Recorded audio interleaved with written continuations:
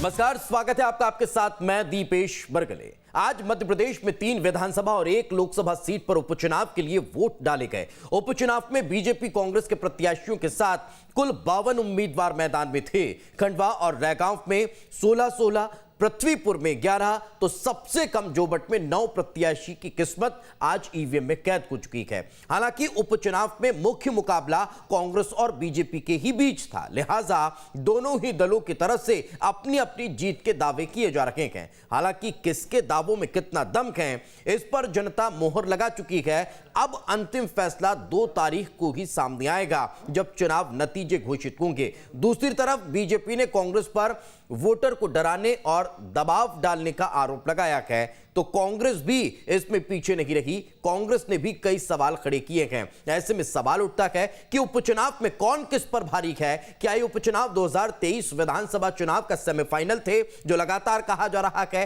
कांग्रेस क्या वोटरों को डराकर चुनाव जीत रही है? यह भी सवाल खड़ा होगा, जो बीजेपी लगातार उठा रही है, जिसका आरोप लगा रही है। उपचुनाव में किस पार्टी को आदिवासी वोट बैंक का सहारा मिल रहा है या साथ मिल रहा है, चर्चा इस पर भी होगी। ऐसे बहुतेरे सवाल हैं जिन पर बातचीत करेंगे। इससे पहले रिपोर्ट देखिए।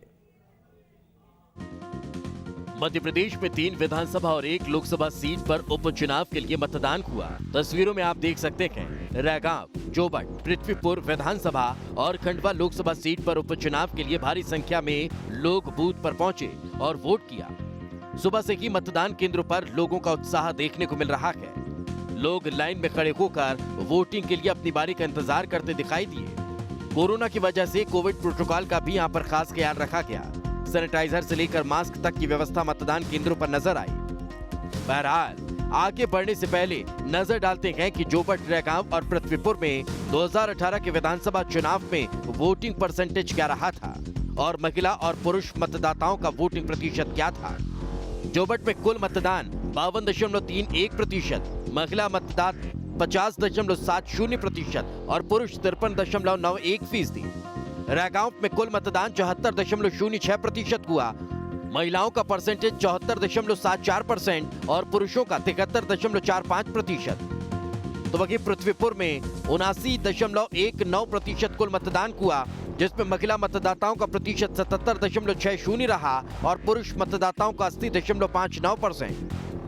तो आंकड़े बता रखे हैं कि जोबट को छोड़ दें तो रैगांव और पृथ्वीपुर में मतदाताओं ने रिकॉर्ड मतदान किया था। ये चुनाव दोनों ही पार्टियों के लिए प्रतिष्ठा का विषय बना हुआ है। बहरहाल दोनों ही पार्टियां अपनी अपनी जीत का दावा कर रही है। दूसरी तरफ मुख्यमंत्री शिवराज सिंह चौहान ने कांग्रेस पार्टी पर वोटर को धमकाने और दबाव बनाने का आरोप लगाया है। कांग्रेस उपचुनाव में संभावित पराजय से बौखला गई है। चुनाव के पहले भी उनने अनैतिक साधनों का इस्तेमाल किया, पैसे बांटे, गुंडागिर्दी और दादागिरी की, जनता को धमका रहे हैं। विशेषकर पृथ्वीपुर विधानसभा क्षेत्र में मारपीट की जा रही है। पृथ्वीपुर शहर में पोलिंग बूथ 94 सहित अनेकों पोलिंग्स पे 192, 111, 55, 56, 57, 58 इन सब पोलिंग बूथ पे जनता को धमकाया जा रहा है। उपचुनाव के नतीजे 2 नवंबर को आएंगे। हालांकि बेशक इन नतीजों से न कि बीजेपी की सरकार की सेहत पर कोई असर पड़ेगा और न कि विपक्ष की मौजूदा स्थिति पर, लेकिन 2023 के मध्य प्रदेश विधानसभा चुनाव से पहले इसे कांग्रेस और बीजेपी दोनों ने ही सेमीफाइनल मुकाबले की तरह लिया है, क्योंकि ये नतीजे वैसे भी मध्य प्रदेश की घरेलू राजनीति और कुछ सियासी चेहरों के भावी भविष्य पर जरूर असर डाल सकते हैं। Team news state. तो जिन उपचुनावों को 2023 का सेमीफाइनल माना जा रहा हो, जिन उपचुनावों को राजनीतिक दलों के प्रतिष्ठा का सवाल माना जा रहा हो, ऐसे उपचुनाव वाकई में बेहद महत्वपूर्ण हो जाते हैं और उनका रिजल्ट अपने आप में और ज्यादा इंतजार भरा होता है कि अब ये परिणाम क्या आएंगे और उसके बाद मध्य प्रदेश की राजनीति का क्या रुख होगा, ये भी आने वाला वक्त बताएगा। चर्चा करते हैं। डॉक्टर सत्यप्रकाश शर्मा हमारे साथ जुड़ चुके हैं, वरिष्ठ पत्रकार हैं। सर, बहुत बहुत स्वागत है आपका। डॉक्टर दिव्या गुप्ता जी हमारे साथ हैं, बीजेपी का पक्ष रखेंगे। दिव्या जी, आपका बहुत बहुत स्वागत है। योगेश यादव जी हमारे साथ के कांग्रेस के नेता हैं। योगेश जी, आपका भी बहुत बहुत स्वागत है। दिव्या जी, थोड़ा बहुत टेंशन अब कम हुआ या फिर चिंता और बढ़ गई 2 तारीख को लेकर? नहीं, बिल्कुल कोई टेंशन नहीं है। प्रचंड बहुमत से जीतने वाले हैं। आज का मतदान बहुत अच्छा हुआ है, प्रतिशत बहुत अच्छा है। मैं इस बात की बधाई सब लोगों को देना चाहूंगी कि जो अपने मताधिकार का प्रयोग करते हैं, वो सबसे अच्छा एक लोकतंत्र के, स्वस्थ लोकतंत्र के लिए एक बहुत अच्छा एक दिशा निर्देश का एक आयाम होता है। मुझे ऐसा लगता है कि जो एक युवा मतदाता है, जिसको हम समझते हैं कि वो मैच्योर नहीं है, लेकिन वो पूरी मैच्योरिटी के साथ, उत्साह के साथ जब मतदान के लिए आता है, तो ये बहुत शुभ लक्षण होता है। दूसरी बात, महिलाओं की जो परसेंटेज ऑफ वोटिंग है, उसमें जो उन्होंने बढ़ चढ़कर हिस्सा लिया है, वो भी एक अच्छे सुदृढ़ लोकतंत्र की बहुत अच्छी एक द्योतक है, बहुत अच्छा एक शुभ संकेत है। तो कुछ चीजें ऐसी हैं जो लोकतंत्र की दृष्टि से यदि देखा जाए तो ये बहुत अच्छा एक माना जाएगा। और अभी तक ये कहते आ रहे थे सब लोग, सारा मीडिया ये कह रहा था कि मतदाता शांत है, समझ में नहीं आ रहा है कि उनकी क्या है इच्छा है, लेकिन वो घरों से बाहर निकल के अपने मत का प्रयोग करने आए हैं। यही अपने आप में बहुत बहुत अच्छी बात है। और सब लोग मतदाता मौन है और इस स्तर पर जाकर मतदान कर रहा है, तब फिर टेंशन शायद राजनीतिक दलों की ओर बढ़ जाती है। लौटता हूं दिव्या जी, योगेश यादव जी हमारे साथ कहें। योगेश जी, धनतेरस के दिन की दिवाली मनेगी या फिर 2023 तक राजनीतिक दिवाली का इंतजार करेंगे? देखिए, दिवाली तो आज से ही शुरू हो गई है कांग्रेस की। बाकी आज प्रजातंत्र का बड़ा विचित्र चेहरा सामने आया है कि जिसको कहते हैं कि चोरी भी करें और सीना जोरी भी करें। ये बड़ी विचित्र बात है। आज मुझे बड़ा विचित्र लगा कि एक रिस्पॉन्सिबल मुख्यमंत्री जी जिस तरीके के आरोप कांग्रेस पर लगा रहे हैं, वो कहीं ना कहीं से हताशा और निराशा के प्रतीक है।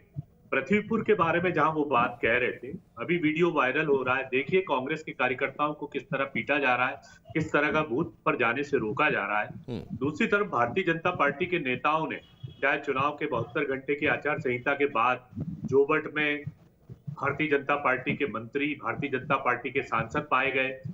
इधर देखा जाए तो खंडवा लोकसभा क्षेत्र में बागली में जिला महामंत्री शराब बांटते हुए भारतीय जनता पार्टी के सब वीडियो वायरल हो रहे हैं। और ये बड़ी विचित्र बात है कि आज कांग्रेस के कार्यकर्ताओं के साथ मारपीट की गई, प्रशासन ने दबाव बनाया, धार में उल्टा सीधा मुकदमा ठोका जिसका कोई आधार नहीं है। वहां 7 भारतीय कांग्रेस के कार्यकर्ताओं पर मुकदमा किया। लेकिन जिसको कहते हैं ना कि शायद आज भारतीय जनता पार्टी ने अपनी हताशा और अपनी पराजय को देखते हुए ये बात पहले से स्वीकार कर ली। और ये बयान ही इस बात का प्रतीक है कि कहीं ना कहीं से भारतीय जनता पार्टी हताशा और निराशा के अंतर्गत जा रही है और उस सिद्धांत का पालन कर रही है। मैं दिव्या जी से जवाब लूंगा, लेकिन अभी मैं कई जी तो मैं दिव्या जी से जवाब लूंगा योगेश जी, लेकिन अभी तक मैं कई बीजेपी प्रवक्ताओं को सुन रहा था, वो भी लगभग बीजेपी नेता यही कहते हुए नजर आ रहे हैं कि आरोप अभी से लगाना शुरू कर दिए हैं। यानी 2023 के पहले और 2 तारीख के नतीजे के बाद की जो स्थितियां होंगी डिबेट्स में, जो कहा जाएगा,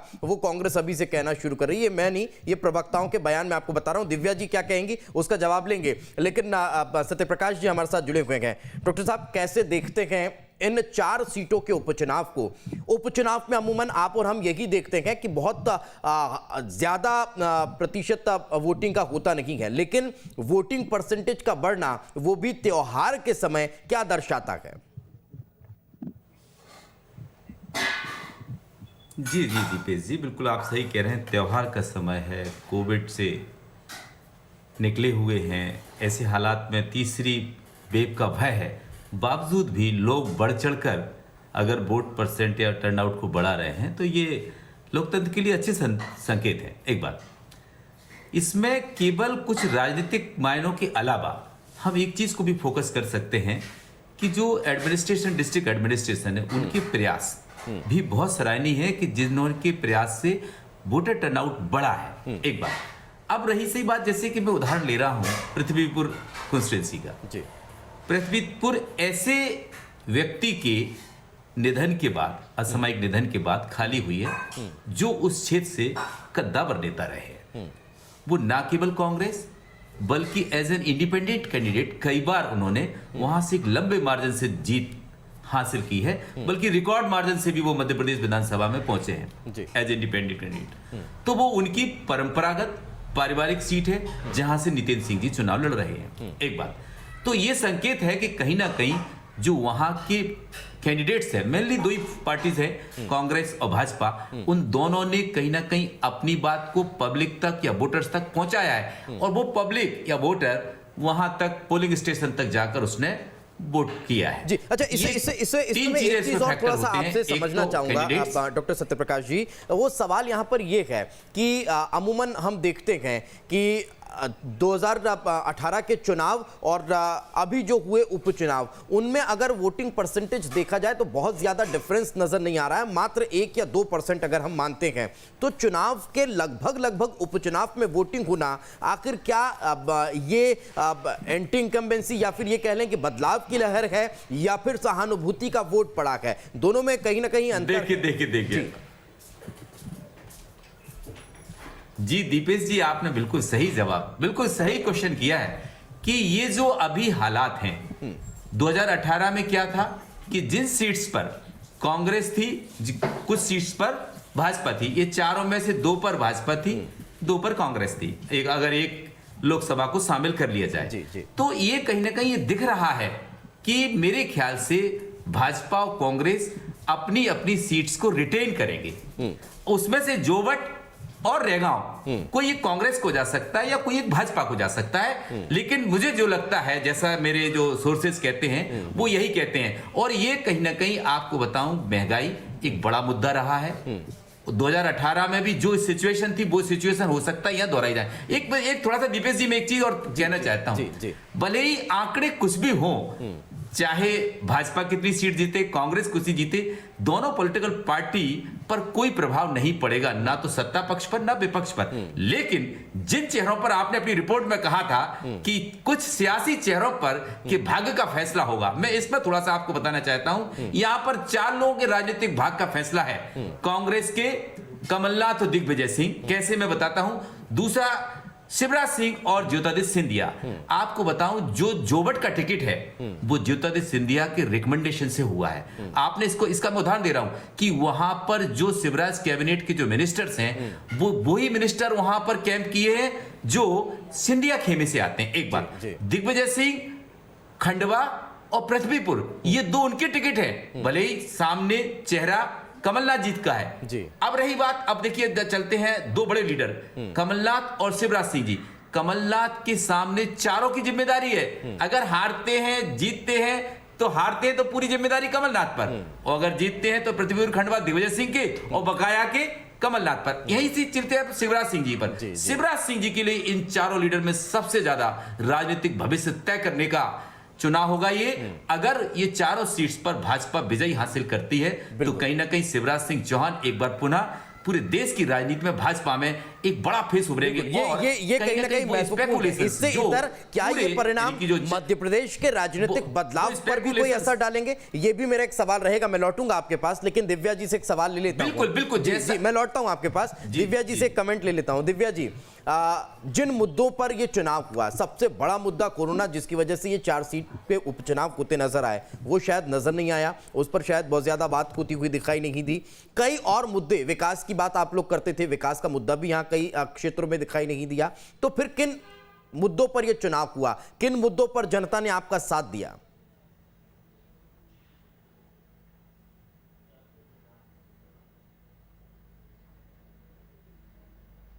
हमारा जमीनी काम, हम जिस विकास को लेकर घर तक पहुंचे हैं, हर घर तक पहुंचे हैं, चाहे वो प्रधानमंत्री जनधन योजना हो, चाहे वो लाडली लक्ष्मी योजना हो, चाहे वो प्रधानमंत्री आवास योजना हो, इस तरह की, या किसान निधि योजना हो, इस तरह की जितनी योजनाएं थी उन सारी योजनाओं को लेकर हम पहुंचे। दुख की बात ये रही कि इस सारे के सारे तंत्र में जो बहुत अच्छी योजनाएं चल रही थी, जो अंतिम व्यक्ति तक जा रही थी, वो 15 महीने के कार्यकाल में कमलनाथ जी के साथ वो सारी योजनाओं को बंद कर दिया गया। उनको वापस रिवाइव करके लेके जाना, और फिर उसके बाद एक कोरोना का बहुत संकट का काल, उस सारे काल में से उबर कर मध्य प्रदेश को लेकर आना एक बहुत चैलेंजिंग समय रहा है। उस चैलेंजिंग समय को बहुत अच्छे से फेस करके, काउंटर फीट करके आगे निकल के आना एक बहुत बड़ा, एक मुझे लगता है मुख्यमंत्री जी के लिए एक बहुत बड़ी विजय का भी कहना चाहिए, बधाई के पात्र है जिस तरह से उन्होंने बेल आउट करा है मध्य प्रदेश को। तो ये बहुत बड़ी बात है और इसको हम लोग लेकर गए हैं जनता तक, और जनता ने उस बात को स्वीकारा भी है और उस बात को लेकर मान्यता भी दी है। और शिवराज जी के पर बहुत सारा आशीर्वाद भी दिया है, महिलाओं ने भी और जनता ने भी। चलिए ये बताने में आप लोग कितना कामयाब हुए हैं ये तो खैर 2 तारीख को पता चल जाएगा। लेकिन सवाल योगेश जी आपसे ये भी है कि तमाम तरह के मुद्दे सोशल मीडिया पर नजर आते थे, लेकिन चुनावी हकीकत में, चुनावी मैदानों में, चुनावी मंचों पर तो ये दिखाई नहीं देते थे। फिर तो निक्कर का सवाल उठ जाता था, फिर तो बागरी मैडम पर सवाल खड़े कर दिए जाते थे। ये कहीं वैसे ही तो नहीं कि जब 28 उपचुनाव में एक बयान हुआ वो कहीं ना कहीं बीजेपी के खाते में जाता हुआ नजर आया। वो ठीक है, वो वाली सीट भले ना जीते, लेकिन उसका असर कांग्रेस पर बहुत बुरा हुआ। ये सारी चीजें भी माइनस में तो नहीं चली जाएंगी योगेश जी? देखिए, ये छोटे मोटे हाथ चुनाव के मुख्य मुद्दे नहीं होते। हम लोगों को आशान्वित इसलिए कि हम चारों क्षेत्रों को इसलिए विधानसभा, 3 विधानसभा और 1 लोकसभा इसलिए जीत रहे हैं कि जिन मुद्दों पर कांग्रेस बात कर रही थी, चाहे वो महंगाई का मुद्दा हो, चाहे मध्य प्रदेश में फैला हुआ भ्रष्टाचार हो, चाहे दिए गए झूठे 22,000 वादे हो, चाहे किसानों द्वारा की गई आत्महत्या हो, चाहे माता बहनों के साथ हो रहे अत्याचार और कानून व्यवस्था हो, हम लोगों के लिए ये बात पहली बार नजर आई कि जब हम फील्ड में जाते थे। करीब मैं सभी विधानसभा और लोकसभा में होकर आया हूं, जनता ये बात कर रही, जनता ये बात कह रही थी। जनता के बीच में चाहे व्यापारी वर्ग हो कि भैया सत्यानाश कर दिया देश का, प्रदेश का, ये, और जनता उस छद्म राष्ट्रवाद को भी महसूस कर रही थी कि भारतीय जनता पार्टी के पास जाए तो सिर्फ एक बात करते हैं, भैया सांप्रदायिक बातें, धर्म की बातें, जातिगत बातें, और जब इनसे पूछते हैं कि महंगाई क्या हो गई, पेट्रोल के भाव क्या हो गए, डीजल के भाव क्या हो गए, तो उन्होंने तो मंचों से ये गिनाया कि 15 महीने में हमारी कौन कौन सी योजनाओं को कांग्रेस शासन ने बंद कर दिया था, वो तो ये गिनाते नजर आए। अब आप अगर कह रहे हैं कि हमने हमारे 15 साल के शासनकाल को, 15 महीने के कार्यों को गिनाया, तो वो फिर कैसे मैच होता है? जनता किस पर विश्वास करे? कहीं ऐसा तो नहीं कि भ्रम की वजह से मौन में थी और अब अपने मन से वोट दे दिया है? अब जो होगा वो 2 तारीख को पता चलेगा। योगेश जी, देखिए, आप अच्छी तरह जानते हैं कि शिवराज सिंह जी की 22,000 घोषणाएं, मध्य प्रदेश में उनका नाम एक घोषणावीर मुख्यमंत्री के रूप में स्थापित है। कांग्रेस का कार्यकाल 15 महीने का कार्यकाल नहीं था, मात्र 11.5 महीने का कार्यकाल था। बाकी 3.5 महीना हमने आचार संहिता का सामना किया। उसके बीच में जो कमलनाथ जी की सरकार मैग्निफिसेंट लेकर आई थी, तो मध्य प्रदेश एक विकास की तरफ बढ़ता हुआ कदम बढ़ गया था। किसानों के ऋण माफी का हमने वादा किया, 10 दिन का वादा किया था, मात्र 10 मिनट में पहला सिग्नेचर कमलनाथ जी के द्वारा किसानों की ऋण माफी का हुआ, जिसके 27 लाख किसान लाभान्वित हुए। बाद में भारतीय जनता पार्टी के नेताओं ने और मुख्यमंत्री ने, प्रशासन ने रोक दिया। खरीद फरोख्त कर जिसने सरकार बनाई हो, जिसने विधायकों को खरीदा हो, ये आप अच्छी तरह जानते हैं कि उसका प्रजातांत्रिक मूल्य क्या होता है। और अभी सत्य प्रकाश जी बहुत अच्छी बात कह रहे थे, ये बटी हुई सरकार है, ये बटे हुए लोग हैं। आप जानते हैं कि जोबट में गोविंद सिंह राजपूत चुनाव आचार संहिता का उल्लंघन करते हुए उन पर मुकदमा दर्ज हुआ, उनके सांसद का मुकदमा, क्योंकि ये ज्योतिराज सिंधिया जी का जोबट का टिकट इनके आपसी बहुत सारे मामले आपस में। ठीक है, आपने अगर खरीद फरोख्त की बात निकाल दी, आरोप लगाया है, तो मैं एक सवाल ले लेता हूं दिव्या जी से। दिव्या जी, क्या वाकई में खंडवा में इतना संकट पैदा हो गया था? क्या गुर्जर वोटों को साधना इतना महत्वपूर्ण हो गया था कि फिर कांग्रेस के एक एमएलए को साथ लाना पड़ा? मैं तो आपसे प्रश्न करना चाहूंगी, योगेश जी से प्रश्न करना चाहूंगी कि आप लोगों को इतनी मुसीबत आ गई थी कि सचिन पायलट, जिसको आप वहां पर इतना राजस्थान में, नहीं मुझे नहीं आई मैडम, मैंने उनको आमंत्रित नहीं किया था। योगेश जी से पूछ सकते हैं आप। मतलब योगेश जी ने, हाँ योगेश जी ने, हाँ मैं उनकी तरफ करना चाहूंगी, सॉरी आपकी तरफ डायरेक्टेड नहीं था। तो मैं कांग्रेस से पूछना चाहूंगी कि क्या सचिन पायलट जी, जो जिनको राजस्थान में आपने इतना तिरस्कृत करा, इतना अपमानित करा, हाशिए पे लाके रख दिया, और आप उनको आज, क्योंकि आपको गुर्जर वोटों की चिंता थी, ये जो मैं हमेशा कहती आई हूँ कि कांग्रेस हमेशा जनता को, हमेशा प्रजा को, हमेशा एक वोट बैंक समझती है। तो इसीलिए तो मेरा सवाल था दिव्या जी कि क्या सचिन पायलट के आने की वजह से एक डर था कि गुर्जर वोट कहीं अब कांग्रेस के खेमे में ना चला जाए, इसलिए हमें सचिन बिरला को साथ लाना पड़ा? देखिए, हम तो विकास की राजनीति कर रहे हैं, हमको राजनीति से कोई लेना देना नहीं, हम अपने विकास पथ पर अग्रसर हैं। इनकी पार्टी के भीतर यदि इनसे कोई इनका घर का कार्यकर्ता नहीं संभलता हो तो इनका आंतरिक विषय है।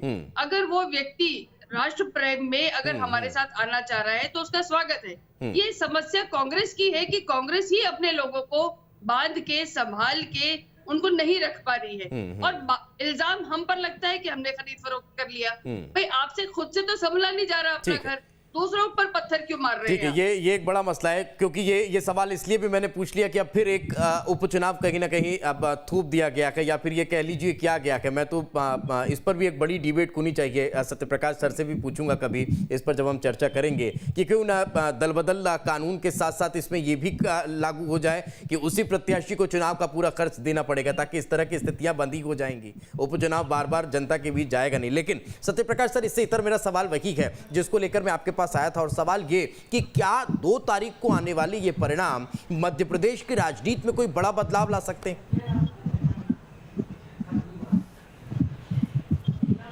देखिए दीपेश जी, एक्चुअली मैं भविष्यवक्ता तो नहीं हूं जी, लेकिन जो हालात हैं, जैसा कि भाजपा की सेंट्रल लीडरशिप जैसे काम कर रही है, जिस ओर जा रही है, जैसा हमने कर्नाटका में देखा, जैसा हमने उत्तराखंड में देखा, तो इन स्टेट्स को देखते हुए ये नजर तो आता है कि कहीं ना कहीं भविष्य में एक बड़ा चेंजेस भाजपा ला सकती है। लेकिन अभी ऐसे 2 स्टेट्स बचे हैं, एक हिमाचल प्रदेश और मध्य प्रदेश।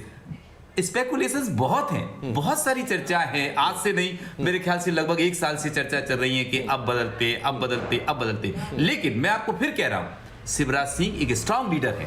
इस शिवराज सिंह जी की स्थिति और अन्य राज्यों के लीडर्स जैसी नहीं है, क्योंकि यहां पर जो भी उपचुनाव हो गए हैं, 28 उपचुनाव लो, चाहे आज के जो चुनाव है दमोह का छोड़ दो, तो वो शिवराज सिंह के फेस पर भाजपा लड़ती है मध्य प्रदेश में। क्योंकि शिवराज सिंह युवाओं में अगर असर रखते हैं बीजेपी के अंदर, तो वो सिर्फ और सिर्फ शिवराज सिंह है। इसलिए केंद्रीय सरकार की, केंद्रीय लीडरशिप की मजबूरी है शिवराज को रिमूव ना करना। अब इसी के साथ अगर कांग्रेस ये चुनाव का जिक्र करें, कहीं ना कहीं दोनों पार्टी अगर सेंट्रल लीडरशिप के मन में दोनों पार्टी के लिहाज से मेरा ये सवाल था। अब अगर इसी को कांग्रेस के लिहाज से देखें कि अगर परिणाम कांग्रेस के पक्ष में नहीं आते हैं, तब क्या एक बड़ा बदलाव होगा? क्योंकि लगातार 1 पद पर 2 पद पर एक व्यक्ति का गुना सवाल खड़े कर रहा है। इसके साथ साथ संगठनात्मक विस्तार को लेकर लगातार बातें बेहतरीन। तो क्या लगता है कि हाँ, अगर ये परिणाम कांग्रेस के पक्ष में नहीं हुए, तब फिर कांग्रेस लीडरशिप पर भी सवाल खड़े होंगे?